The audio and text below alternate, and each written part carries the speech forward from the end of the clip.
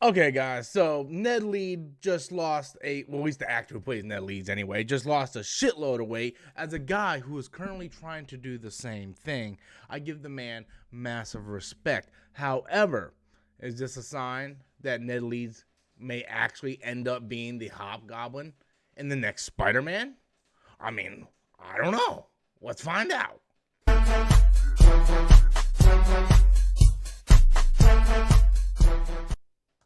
Hey guys, welcome back to the channel once again. I am Robert Storms. As always, if you're finding me for the very first time, please be sure to click that like and subscribe button. So the actor who plays none other than Ned Leeds in the Spider-Man Homecoming series with the Tom Holland, Spider-Man, he lost a lot of weight. We all know he's been a pretty much overweight guy. I myself, my highest weight I believe was 389 pounds. I believe that was my highest weight. I am currently down to 285 and still busting at it. So massive props to this actor. But is it because he wanted to lose weight, or is it because he's doing it for a role? We all know that Ned Leeds plays the role of Hobgoblin in the comics. However, we know this Ned Leeds is much different than Ned Leeds. Like, we all know that this is Genki from the Miles Morales comics. They just changed the name. I mean, Genki is a overweight Asian kid. Ned Leeds is an overweight Asian kid.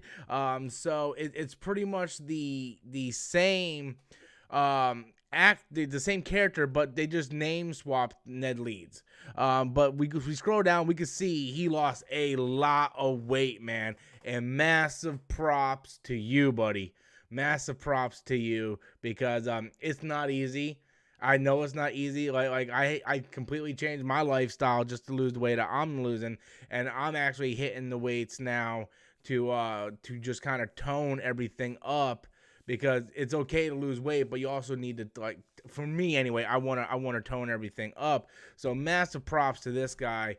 He's an actor, so I would assume he has a little bit more free time to do his stuff. Plus, he probably has a special, fitness trainer and whatnot. So look at this: before, after, before, after. So massive props to this guy. But now it comes down to the question: will he play the Hobgoblin? Will he play the Hobgoblin? I don't know why I grabbed this cup of coffee. I did it just for effect, I guess. I'll drink it afterward. Black coffee is really good for you too. So I mean, it's a possibility. My boy Danny, who's on Storm's Live every night, said, they could go a route where he gets jealous of jealous of Peter having all the attention of being Spider-Man, and it just kind of drives him jealous where he becomes Hobgoblin. I could see that happening, especially when you look at this photo. He kind of looks like, motherfucker, I'm a bad son of a bitch. I'm about to fuck Peter's life up. The only problem I have with that, and I do love that angle, is through Spider-Man Homecoming, Spider-Man Far From Home, and the small scene we got in Infinity War and Endgame, he never looked like he was upset at Peter. He never looked like the type of friend that was like, oh, he's getting all the attention, I'm not. Even at the end of Endgame, they looked like Ned Leeds really looked like, oh my God, my buddy, and they do the like he looked concerned. Never once did I ever see a hint of jealousy or a hint of resentment in that character. So it would be like a huge twist.